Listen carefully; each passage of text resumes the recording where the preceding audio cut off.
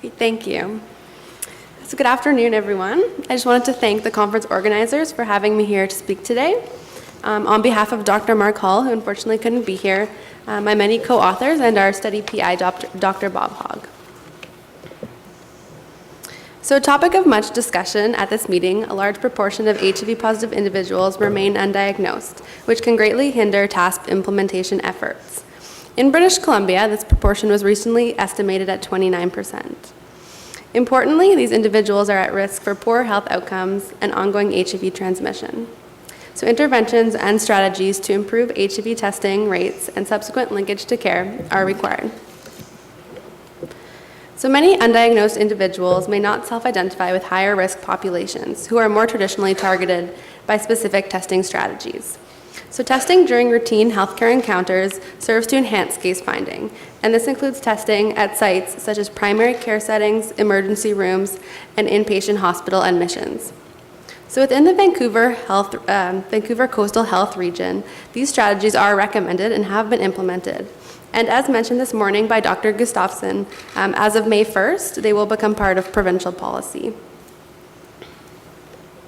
So the objective of the current study was to evaluate healthcare utilization patterns among HIV-positive individuals over the 3-year period prior to diagnosis compared to utilization patterns in the general population of British Columbia, in effort to quantify missed opportunities for HIV testing across the province.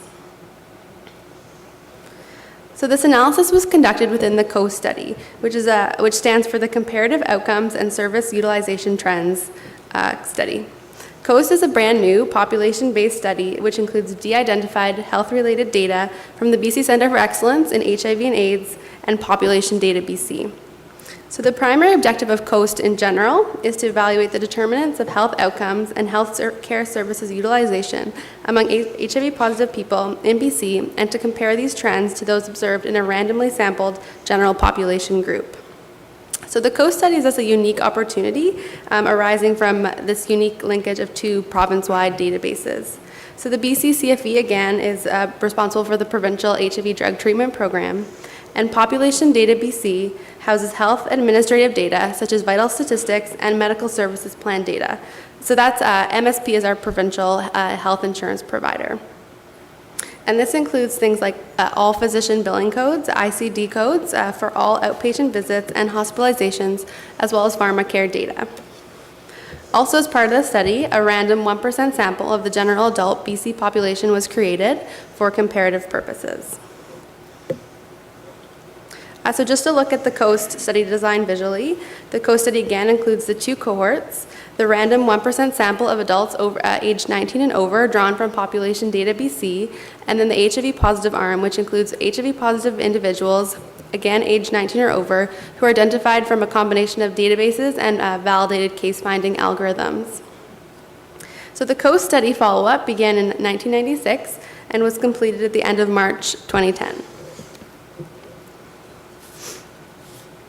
So for this particular analysis, we restricted the HIV-positive cohort to individuals with an HIV diagnosis after 1999 to allow assessment of healthcare utilization over the 3-year period preceding diagnosis. For the general population, utilization rates were calculated based on participants' total follow-up time. We looked at both primary and inpatient encounters. Primary care encounters included all outpatient visits to general practitioners. Inpatient encounters included all hospital admissions, and this does not include emergency room visits. And we compared utilization rates based on age strata. So what we did, Poisson models were constructed to compare rates between HIV-positive individuals and the general population. Additional comparisons were conducted between HIV-positive individuals who had a history of injection drug use compared to those who didn't, and also between HIV-positive individuals living in rural versus urban areas. And we determined rural or urban status based on the postal code of participants at the time of their HIV diagnosis. So moving on to a few of our results. The general population sample included just over 47,000 individuals, and the HIV-positive cohort included just over 6,400. Half of the HIV-positive group were men, compared to 78% in the HIV-positive cohort. 22% of the HIV-positive group had an injection drug use history, and 31% had co-infection with hepatitis C. At the time of HIV diagnosis, the median CD4 cell count was 300. So this figure displays the crude rates of healthcare encounters for primary care between the general population and the HIV positive cohort. So for HIV positive individuals versus the general population, the rate of primary care visits for the 3 years preceding HIV diagnosis, for example, was 428 versus 173 per 100 person years for individuals in our youngest age group, which was 19 to 30. And as you can see, similar trends for all age groups were identified. Moving on to inpatient hospital admissions. So this graph shows the crude rates, again, between the general population and the HIV positive group. And here we found that rates of inpatient visits was 21 compared to 5.3 per 100 person years for individuals, again, in the youngest age group. And again, similar trends for all age groups were identified. This table just shows the unadjusted rate ratios for healthcare utilization between the HIV positive and general populations. And again, for all age strata and all healthcare encounter types that we observed, we saw significant differences.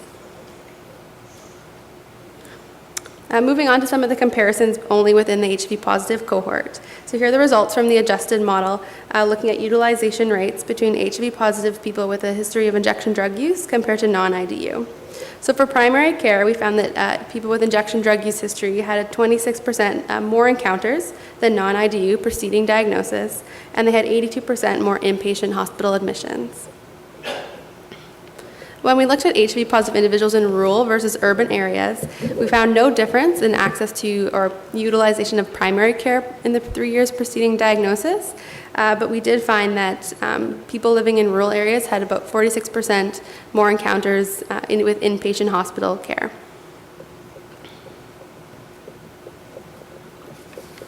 Just to summarize the findings, we found that healthcare utilization rates among HIV positive individuals were higher than those among individuals in the general population. This was true for both primary and inpatient hospital admissions.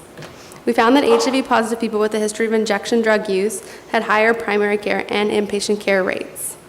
We also found that there was no difference in primary care visits between HIV positive individuals in rural and urban areas, but there was a significant difference in access to inpatient hospital care. So higher rates of health services utilization preceding HIV diagnosis is common and has been observed in many settings and published in many different studies. So just a couple to mention. In an urban HIV clinic in Boston, the median number of visits prior to HIV diagnosis was 5, and 40% of these were to the emergency department, among 221 individuals followed up until 2001. In one study in France, self-reported healthcare encounters were common among new HIV diagnoses from 2009 to 2010. 99% had at least one healthcare visit in the 3 years preceding diagnosis, and 89% were seen by primary care physicians annually. A few strengths of the current study to mention. This was a population-based analysis based on sort of the 2 different population databases in British Columbia. Our analyses are not dependent on self-reported healthcare use. In BC, there is universal healthcare coverage, and the comparison group is a representative sample of the general BC adult population. Some limitations to consider. We do not have access to HIV testing history information, so we can't exclude the possibility that individuals may have had prior negative test results. We're also lacking some socio-demographic and clinical data for the general population sample, as these data aren't available through Population Data BC. We have not yet fully evaluated reasons for healthcare encounters, so this is an important next step of our work. And of course, there are inherent limitations to using administrative data. So in conclusion, compared to the general BC population, HIV positive individuals had significantly higher overall rates of primary and inpatient care in the 3 years preceding diagnosis. Routine healthcare contact, particularly hospital admissions, represent a significant opportunity for earlier HIV testing.